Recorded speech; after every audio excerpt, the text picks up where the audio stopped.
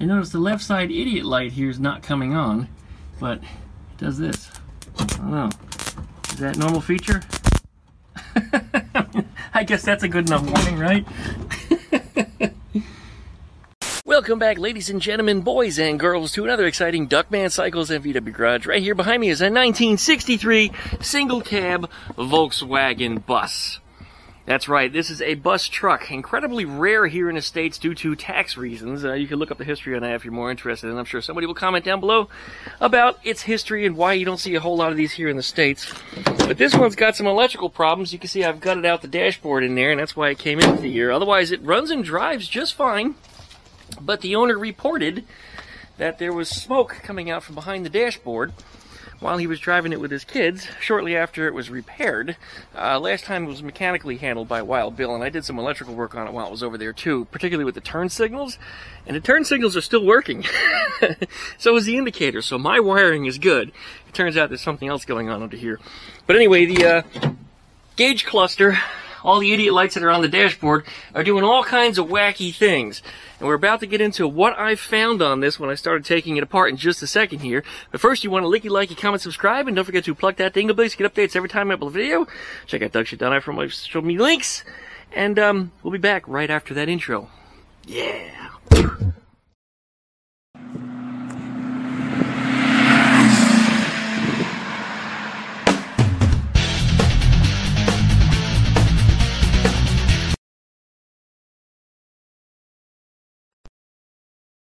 You might think that there's a whole lot of room in here, but there really isn't.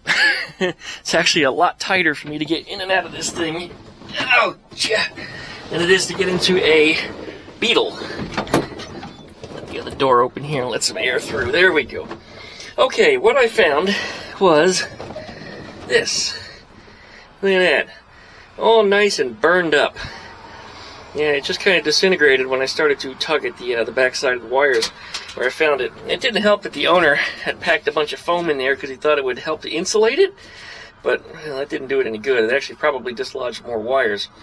But that black wire comes off of, here it is right here, off of the ignition switch, and it goes to power the gauge cluster lights. So all of the idiot lights that are up here on the dashboard, it also seems to go over to the gas tank, which powers the gas gauge, again with all the idiot lights, are all powered off of that switch. And that little black wire that you see right here, it forks off, one direction going from the ignition switch to the gauges, and the other one going off to the coil. There's no fuse on this. That's just the way it came. There's not a whole lot you can change about that. Volkswagen designed it this way back when. I'm going to make it better when I put this back together because clearly I have to make a new wiring harness for the back side of this. In addition to that, other things just fell out. I think this goes to the high beams. That blue and white stripe that's on there is usually a high beam. That is the speedometer cable. I had to pull that out to get the shelf down. There's another gray wire in here, mystery wire. I don't know what that goes to.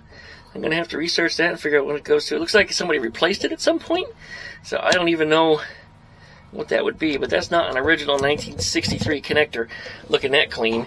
Certainly not. Alright, well, I'm digging around down here, and I think what I'm going to do is I'm going to cut this burnt section off because the rest of it's fine. And this is going to go back on the ignition switch, but out of this, at the fuse location, because actually this fork, one goes to the gauges, one goes to one side of the fuse, and I believe it's the second fuse from the right side here. It attaches to the top, and then the other fork goes off to the coil. Again, the coil circuit is not fused either. This is a Volkswagenism. This is the way they came. I can't tell you who, how, or why. This is just the way they always were. If you want to know more about it, you probably want to send a letter to the Bosch company who designed the wiring harness for Volkswagen and see if they can answer any of these questions for you. But just because it's not fused, again, doesn't mean I can't make it better. So what I'm going to do is this wire is still going to go off to the fuse circuit the way it is, but out of the other side of that fuse where that wire goes in, it's going to go back out to the gauge cluster. So that way this kind of stuff doesn't happen. And it's too easy for this to happen, because on this parcel shelf that's in here, you could put all kinds of stuff on it, and you could easily smack the back of those wires and do something really stupid to your own vehicle. And we're not going to allow that to happen. I'm just going to make this better than it was. So that's what we'll do. We'll pull that fuse box out, we'll attach a wire to the other side of it, solve that problem, and make this vehicle better than it ever was with a little bit of additional fuse protection. Okay, but this wiring harness that's on here, and hopefully nothing else is burned up on there. I can't really get behind there to look. I'm going to have to use my cavity camera, my buttholoscope, and get up inside of there and see if I can see the back side of the gauges. I might even just let the gauge out. I think that might even be easier. Just let it out, let it down on the shelf, hook up all the wires it's supposed to, test it, make sure it's working well, put it back into the dashboard with the wires attached to it, and then screw everything back down and put it all back together. So I think that's what we're going to try to do. So let's see what we got. All right, a little more digging. We'll be back in just a few. I pulled that gauge out, if not for anything else other than peace of mind.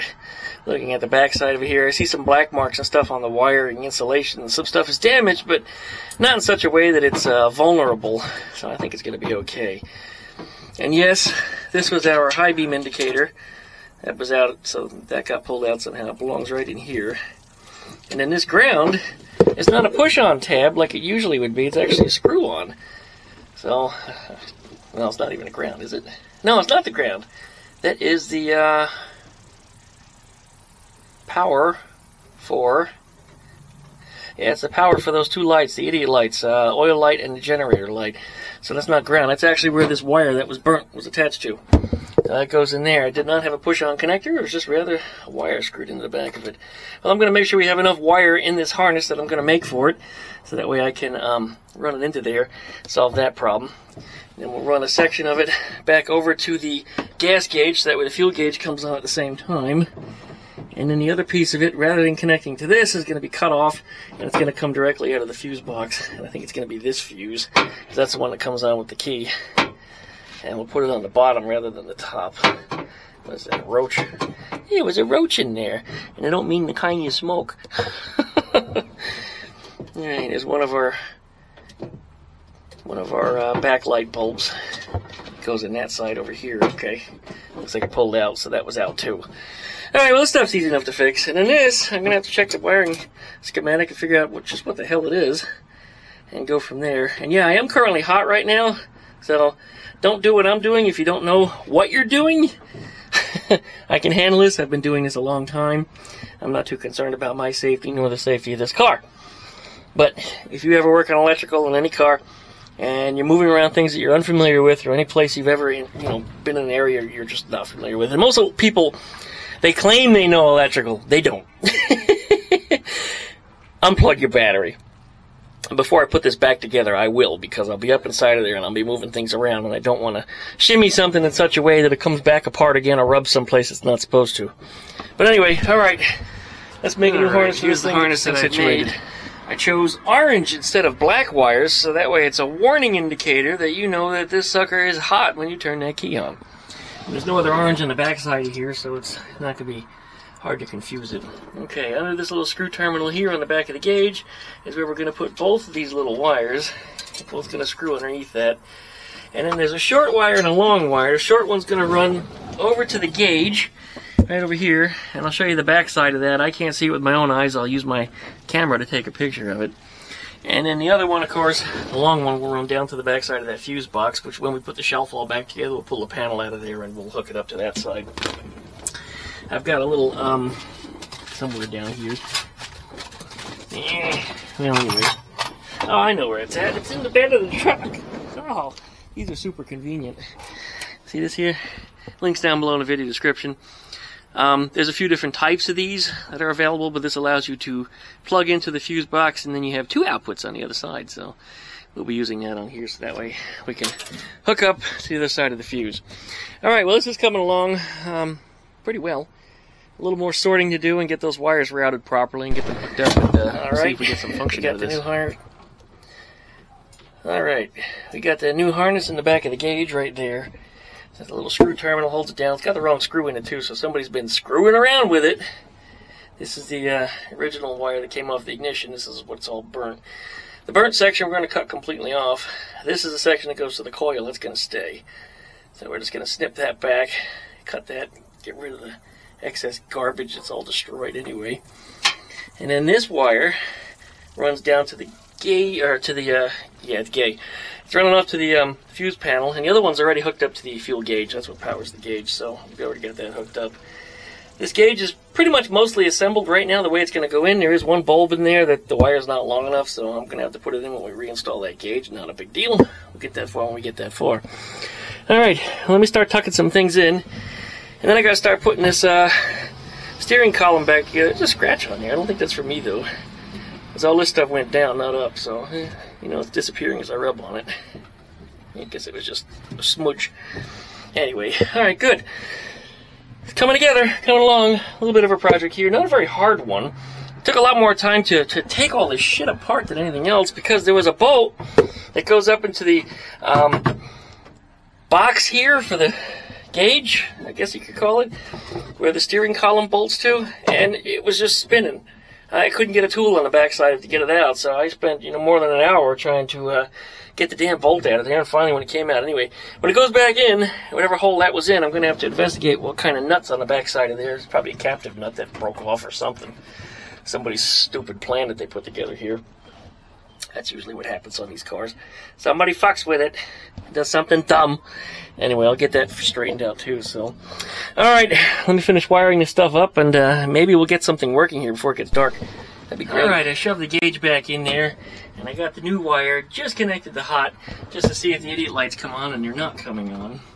On the back side here, I notice the high beam's on, and it shouldn't be. When I step on the switch, it should be going off, but if I turn on the headlights, it'll go on and off, which is weird. So something's hot that's not supposed to be. It doesn't make much sense to me. Oh! What was that? Yeah, it's not supposed to do that. Let me disconnect this. Something's hot that's not supposed to be hot. Okay. Guess we need to figure out what's going on the backside of this gauge here. In that wiring harness, there might be something else that was burnt that we don't know about yet. That's going to need a little more research. Also, one of the idiot lights wasn't coming on, and I need to figure that out too. So we'll dig into that. I'll see what I come up with. Not good. Alright, I don't quite understand why this is, but I think this is why this thing was throwing sparks.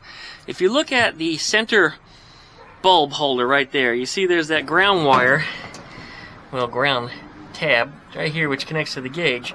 And on the other side, there was, it's no longer, one that's coming from the power from this little thing here, which is the wire that burned. So if you put the bulb holder in, like this, it connects ground to power through the bulb holder, which is burnt, as you can clearly see. So this is the reason why that wire burned up. Now, I don't know if this is the wrong gauge that's on this car, or maybe the wrong bulb holder that's on this car, and maybe these little individual bulb holders are the wrong one. But anyway, I ripped that tab out, which solves that problem. Now the bulbs go in, and it no longer shorts out to the gauge, making the entire gauge hot.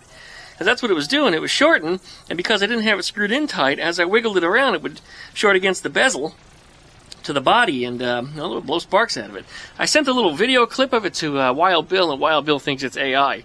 Like, no, that's real. I didn't AI that shit.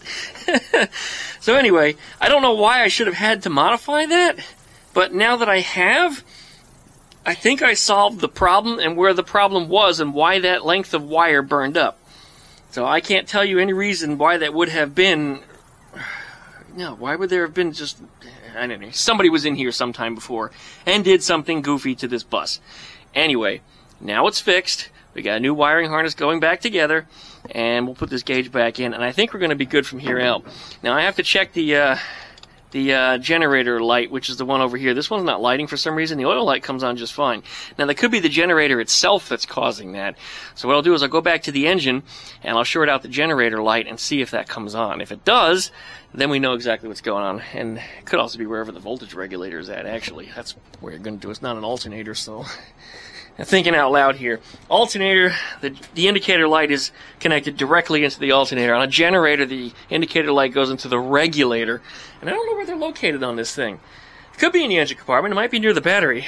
So anyway, that's where I'll have to look. It could be a bad regulator on there, why that light's not coming on. But anyway, I'll test it when it's in circuit and see if we can get the power up. But That was really alarming to see sparks flying out of the gauge. That's not what it's supposed to do. Alright, well, let's put this thing back together. I'm just putting the black wire back on the ignition switch. This is the one that we cut off that other wire that was burnt. And look at this abomination. I just noticed this. I don't know who did what or why. I mean, that is certainly not the way to fix it. Yeah, you're supposed to screw into that to hold this switch into that hole via the underside here. There should be a flange where the screw goes in. Yeah, it's right there. Anyways, yeah, that's not right. That is ugly as frig. Well, I'll do the best I can with it. It's not electrically a problem, but it is ugly as hell. But I guess it hides behind everything. You don't see it when everything's said and done. But anyway, we got the gauge back in there, which means when I turn, well, we're not going to turn anything. We're going to hot wire it. We're going to take this wire, which is the new wire that powers the gauges that replaces the one that burned up. And we're going to touch it. Ooh, don't touch it to the starter. There we go. We're touching it to hot. So now we have our indicator for our oil light. The generator light's still not working. We need to research that one. If I do turn on the headlights and I do the high beam, low beam, it looks like that's not working. Need to evaluate that one. Unless the key needs to be in the on position, which it might. Yeah, it looks like we got things that are loose anyway. My ground isn't good. But at least it's not throwing sparks anymore, right, guys? Alright, I'm going to dig into that a little more closely here. Okay, it actually is working. I just wasn't looking closely enough. I guess it's not particularly bright because you don't want it to be when you're driving. You don't want to be blinding, right? Anyway, it does turn on and off. And there it is. So we're good. I need to evaluate the generator light. I need to tighten up the gauge, put it back into place so it's nice and tight. I need to put the ignition switch, steering column back together, and the shelf needs to go back in. But at least things are working now. This is a good sign. Alright, let's find where that regulator is, and we're going to test that. Okay, open up this engine compartment. It does open with a church key, and I've already turned that, and uh-oh, my chair's getting away. Alright, here's our engine. Looks like we have an alternator. There's a nice light in here. I think Wild Bill installed that on this one. We had the car previously. But what that means is that this wire here should be the one that makes the alternator light come on and off. So, if we touch this to ground, anywhere on the body of the alternator should do it. I like it as a spot I can kind of click it in. There we go. Now let's see if we get the light to come on up here. If it does, then we know circuit's good. And if it does not, then of course, there's a problem with the alternator. Now it looks like we got trouble in the circuit. Now we got a broken wire somewhere. Okay, I got to figure out where the regulator was, because this used to be a 6-volt vehicle, being a 63. So the regulator probably, at that point, may have even lived on top of the generator. I don't work on a whole lot of 6-volt systems, guys. So, I may or may not be right or wrong here. This wiring harness doesn't have provisions for an extra wire. I'm going to have to chase it. I figured it would have been right up in there somewhere, but it's not. And I'm covered in mosquitoes right now, so I'm going to take a break for a second and try to let the air clear, because all my carbon dioxide from me moving around and breathing is attracting these little bastards. Alright, well, we'll be back in just a minute. Alright, I started banging on things underneath the gauge, and it came on. So we have another loose connection on the backside of the gauge that I also need to fix up. But now we have proper generator and oil lights coming on like they're supposed to. Now I'm going to hook it back to the alternator and see if the alternator light goes back out, which would be this one, generator, alternator, and oil. So if it goes back out when I hook it back to the alternator, then we have trouble with the alternator's charging circuit not doing what it's supposed to do, or at least the warning circuit that lets you know it's not charging. So I'll need to let the owner know that if that's the problem. He may not be worried about it if it is charging, and we'll check that, of course, before the thing leaves, just to be sure. But it's one of those lights I feel you need, because if your car throws a belt, your Volkswagen's going to overheat, and you're never really going to know until it's too late. So yeah, the alternator or generator warning light is kind of important. Not as important as oil light, but still very important. Alright, I'm going to plug this. Ooh, don't do that. Plug this right back into there. Alright, and that should give us our alternator light. If the generator alternator is doing what it's supposed to do. It is! Alright, we're good. Excellent. That's odd. Horn's working again. It wasn't working before. Probably something to do with goofy connections once again, but that's working. That's good. I don't know why it's working. It's one of those things I needed to check, and, well, I don't know. I'm still going to chase the wires anyway, but the fact is, it's working. Good news. All right. We're getting there. We're making huge progress. All right, one more test. Now I've got the gauge screwed in tight after I had my hand down the back of it, which could, of course, loosen things up. So we're just going to hot wire this to the ear. Get on there. Oh, there you go. All right. All right, we got our idiot lights. Both of them are on. We got our... Oh, they both went out. What happened? Hang on. What was that all about? Maybe the wire just came loose. That might have been it. That's probably what it was. All right, that's what we're going with. But our blue light is on in their middle, going on and off when we step on the high beam, low beam switch. I'm going to say we're good in this department. This seems to be working. I think the key's in the on position, isn't it? No, maybe not. I want to test the turn signals, and the turn signals is what I installed the wiring for on this thing months ago, and that hasn't had a problem, so hopefully it still doesn't. So let's have a look at it. I had to turn the key in the on position for that, but there it is, working like it's supposed to. Good, good, good, good. And if I turn this on, yep, the dimmer works in there too, so it goes brighter and dimmer. So it appears we're working. Okay, gauge seems to be fully functional. That's good. Doesn't appear to be too much gas in there, but the needle did move up off the R. So it looks like we're good in that department too. I think we're good behind the gauge here. Let's go ahead and start shutting things back off. What I need to do is I need to get into the fuse box, and I need to hook this wire to the bottom of that fuse. And that will fuse protect our gauges, so this is no longer ever going to be an issue. It looks like I left my egg candler in there. Yeah, I use egg candler as a flashlight. Something about its size and shape that just makes it really good for automotive. It's longer than a typical, little flashlight that you get from Harbor Freight. They're super bright, as you can see. I mean, totally bleached out white, because it's an egg candler. It's supposed to be bright. And just the size of it, like I said, it's perfect. You can lay it in places that you can't lay, otherwise, just like that. You couldn't bridge a gap like that with a little flashlight like you get from Harbor Freight. But a typical big mag light or something is also too big. So anyway, my egg candler. Link down below in the video description if you need one for yourself. But again, I use it for candling eggs. Alright, good. Start putting this shelf back together. I got to put the speedometer cable back in, which is right here sticking up. I also need to put him back in that hole.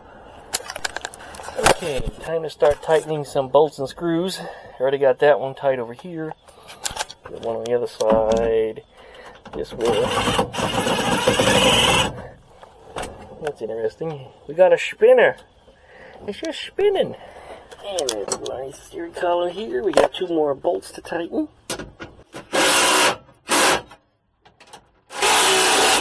Sorry about your ears, guys. Alright, lastly we got 3 in the shelf here.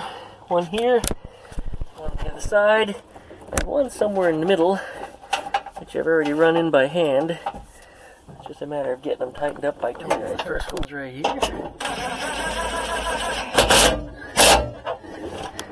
Second one is here.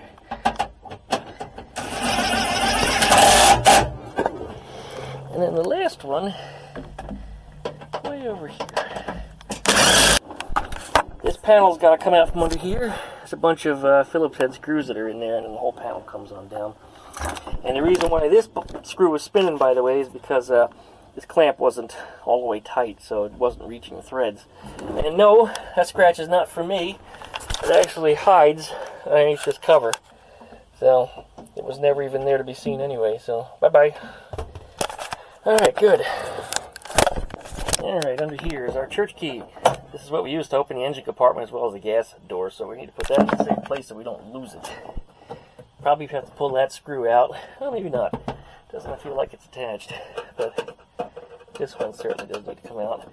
I'm doing this lefty from an awkward angle, which is not doing anybody any good as far as video production is concerned. We're going to take all these screws out. We'll be right back. Alright, this is our new gauge cluster wire. It needs to be snaked down around the shelf. It's got to come out down here. We're going to connect it to this fuse. Alright, here we are. Remember this little guy from earlier? Yeah, das ist der Scheiße. Scheiße, yeah. Das ist der Scheiße. Scheiße, yeah. It's going to plug into up here, and then this yellow wire you see and our orange wire are going to go in there. And you might notice this has a little bit of insulation on it. That's because that yellow wire was the last thing I worked on, which feeds power to the turn signals. I shrink wrap all my ends when I put them together. A few reasons. One, if it falls apart, well, it's not going to have a problem, is it? It's not going to short against anything else, also with its neighbors. And you also know what components I worked on. So if it's something else that's in here, I didn't touch it, and this is falling apart, breaking, or having another problem, well, guess what? It's not me. Yeah, das ist no warranty. All right. Let's see. We'll pull this one off. Well, I didn't want the whole thing to come out. Looks like I'm going to need two hands. This already has a split on it. Looks like we added another one. All right, let's put it in there. All right, there we are. Big bundle on the second to last fuse. Now, if I turn the key on, the new wiring harness, ow, that friggin' hurt. Hit my knee on a steering column. Very common problem in a split window bus. Das ist der Kniebanger. If I turn this on, using the key switch down here, should light the gauges up. And they do. Look at that. Isn't that gorgeous? Let's turn on our headlights. See if the high beam, low beam comes on like it's supposed to. It sure does. Very good. Turn signals should be working. They do. Alright. We are effectively finished. I just need to put that panel back on down below. And the last thing is figure out what the hell this goes to. I don't know what that's all about. It's just dangling there. Nothing on the vehicle seems to not be working. This might be stereo related. I really don't know. But we're going to dig into that in just a minute. Actually, that wasn't so bad. Off of the headlight switch was just a wire with some kind of a butt connector on here. This might be a fuse holder. I haven't tried to disassemble it to see what's inside of it. But it might be a fuse holder inside of there. But this is all the same color, and I'm going to venture to say that that pulled out of there. So we're going to try to restore that. Yeah, I was correct. That's a fuse holder. Alright, well, let's put this thing back together. Alright, there's just a little flathead screw in there. That snugs up and puts that wire back together, so we can put this back up in the dash. It goes to this, and then it goes to one of the loose connectors on the back of the light switch. I don't know what it goes to, though. I have to do a little research on this wiring harness, but this doesn't look like factory stuff anyway. So this might be, I don't know, dealer aftermarket something. Maybe it's something to stereo. I have no idea. That's probably exactly what it is, actually. But we're just going to put it back in circuit. Right. Big question, after all that work and putting all that back together, is everything still working? It's always the question when it comes to electrical. Alright, make sure we're not in gear. So I'm going to try to start it. Give it one stomp. I don't know what kind of engine is in this, but it looks kind of big. Alright, well, the idiot lights went out like they're supposed to. Oh, it sounds like it's got guts. Not warm, but it revs fast. Yeah, so I'd say that it's a big motor. It's got dual carbs on it, and the fuel smells like race gas. I don't know what's in this thing. I have no idea. I was only commissioned to do electrical. But anyway, those idiot lights seem to be working. Turn this back off. Turn it back on. The oil light should come on as soon as the pressure is released. There it is. Okay, I think we're in good working order. Let's just test the blue light on the dash there again for high beam, low beam. Also working. And our fuel gauge is working. It comes up off the R. There's hardly any fuel in it right now. But, yeah. Down it goes. Okay, I think we're done. I just got to put that panel back on, and she's ready to go. Alright, there's our panel back in place. There's our church key, which normally goes in here. But we're not going to do that just yet, because you know what we got to do? We got to lock down the engine compartment. And that's what this tool is for. I guess it's some kind of a security measure to stop people from going into this thing. But this one's a little finicky. It's a little finicky. Oh no. Yeah, it doesn't like. To do this, I think I need another hand to push on the deck lid here at the same time. Okay. And of course, no sooner I shut the camera off, it clicks shut. This one was a little stiff though. I actually did have to open the latch just a little bit before it would click shut. Otherwise, it's fine. But this goes anywhere around the bus. It'll go in the gas door, right in here, just like this. And then it should, if I'm even doing it right, there it is, pull open. See? Worst comes to worst and your church key gets lost, you can use a flathead screwdriver. It also opens up the treasure chest. I'm not going in there because he might have personal items or something in there I don't need to mess with. But otherwise, we're going to put this back in its place. And now it's documented as such, so I know I didn't lose it. There it is. Alright, we'll clean up all the junk on the floor in there. And we'll give the owner a call and let him know the sucker's ready to go. Okay. Looks like this is all beach sand. So I'm not mistaken, this bus lives on the beach. Even if I had the money to live on the beach, I wouldn't live on the beach anyway because, well, you've seen the weather this season here in Florida. Let's just say that all structures on the beach are only temporary, and that's probably why everything on the beach is so damn expensive, because everything is new. I'm not ever going to live on the beach. No way. There we go. Nice and clean. Woo! Alright. You know, I realized I've never driven a single cab before. So, what better opportunity do I have than now? Alright.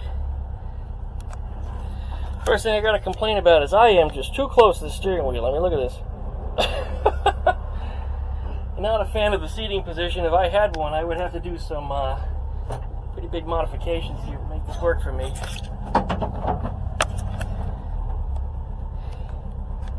Now, I know this engine is not stock. Oh yeah, I can feel it's not stock. Holy crap. This thing's got some guts. It's kind of funny saying that about a bus, but this one goes. A little bit much play in the steering wheel for my taste, though. Look at that, and I'm still going straight.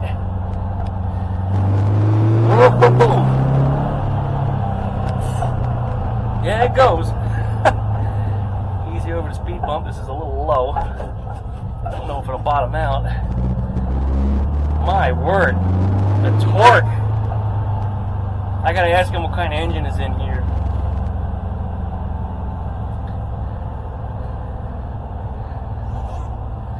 Yeah, this drives nice.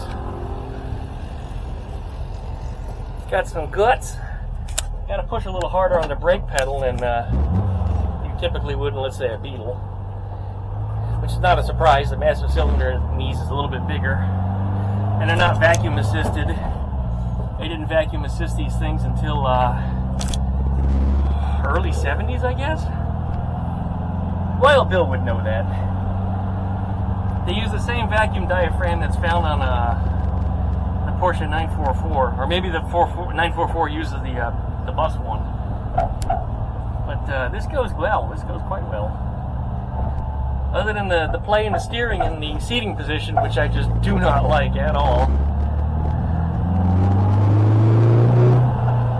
This drives quite well.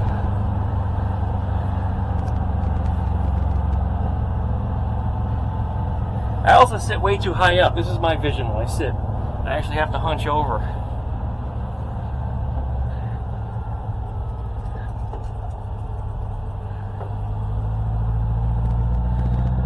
I would probably enjoy this a whole lot more if I wasn't holding a camera. But just cruising through the neighborhood in the second gear, it's plenty happy with it. I mean, even when I get down to crawling speed, it still goes. Now, I don't know if this has reduction boxes on it. It might. But look at that. Second gear from the near stop. It's got guts.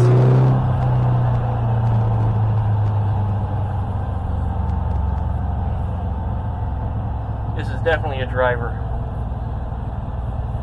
Best of all, no more burning under the dashboard.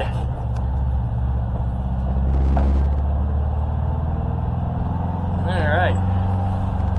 Well, I'm plenty happy with this. I'm going to go ahead and shut the video down. So like, comment, and subscribe. Don't forget to plug that jingle bell so you get updates every time I upload a video. Check out duckshit.net for all of my different social media links. I've always got some new project I'm working on. This isn't the only Volkswagen, of course. If you've been with me for a while, you know this. Seems like nowadays I have a new Volkswagen every week. And not all mine, but a new one shows up just about every week. Alright, turn signal's working.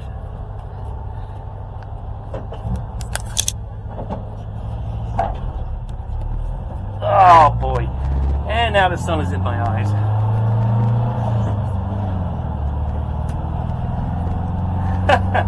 Alright, shutting down. Thanks for watching, guys. Alright. Another happy Volkswagen departing with a plane flying over. Of course. I don't think I did, but I wouldn't be surprised if I did. Let's double check. Yeah. Let the pressure off real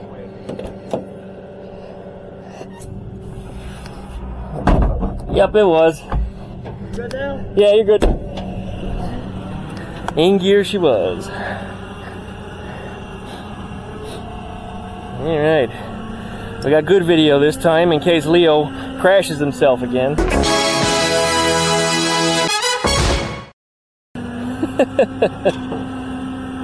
He's got them special wheel ramps he made there, just in case if the rear gonna drag. You're good.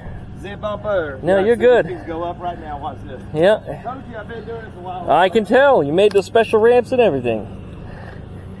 This is good. Look at this. I went to recovery school back in 1996. Did you? And up she goes. Not a single scrape was had. Fantastic. The owner could drive it out of here, of course, but the owner had no way of getting to here and then driving it back, so. What do you think, little brother? Looks like you did good to me. I love it. Those ramps saved my ass. I see that. Made just for Volkswagens. Well, you know vents also. The Volkswagen's lower than the vents right now. Yeah, especially this one. Don't put no chains on it to pull the subframe doesn't go, so I don't hook no chains in the back of it. I'll use all vinyl straps. Very good. Very good. Leo knows what he's doing. I know how to fall off a damn truck too. Hey, you're good at that. Dude, that was crazy. That was. I'm glad you didn't kill yourself or do permanent damage, man. That was a hard hit. I didn't realize it. I think all the years of being an idiot would save me. And when it happened, I never even heard it. Because the truck's so loud. Right, it's all I heard was the truck. The only thing I heard was you say, I fell. And by the time I turned around, you were already on your feet. Because it scared me so bad, I jumped right up. It scared the shit out of me. Because it like knocked the breath out of me. For a second I lay there, and that's why my head hit the ground, because I had no breath. My head hit the ground, it bounced. I was like, oh shit, I'm hurt. Well, killer, I'm glad that you not only made it, but you're back here a week later. Dude, I'm still up and walking. Oh, it's Oh, man. I'm 53 years old, so trust me, I felt it for 4 days. Oh, man. I got 2 more There things to goes. put on, so I ain't going nowhere yet. Look at that. That's the minimum I can run with right there in the state of Florida. You have to have 4 points to tie down. The bridle don't count anymore. They catch you just riding around with a emergency brake on there and stuff in the chain, they'll take you to jail now. Wow. It's a $5,000 fine. Good to know. Is that only for commercial or anyone? DOT, like if you're hauling. Anyone. If you put one on a trailer and you don't have 4 points, they're going to pull you over. Okay, good to know. Because usually I only do corners. You do all 4 corners, it'll pass. Well, one corner and then the other corner. That's, you feel like they just changed it. Yeah, wow. Well, I guess better off safe than sorry. If I cross the state line with just the 2 corners, they'll do it. I mean, when I tie down motorcycles, I do 4, so why not? This 4 because you have 1, 2 on the side. I see. I see. So it is corners. Okay, so that is what he did. 2 corners, 4 points to tie down. All right, well, that's good to know. I'll keep that in mind. All right. Well, there's Leo. If you need tow truck service and you're in the Pensacola Bay area, there he is.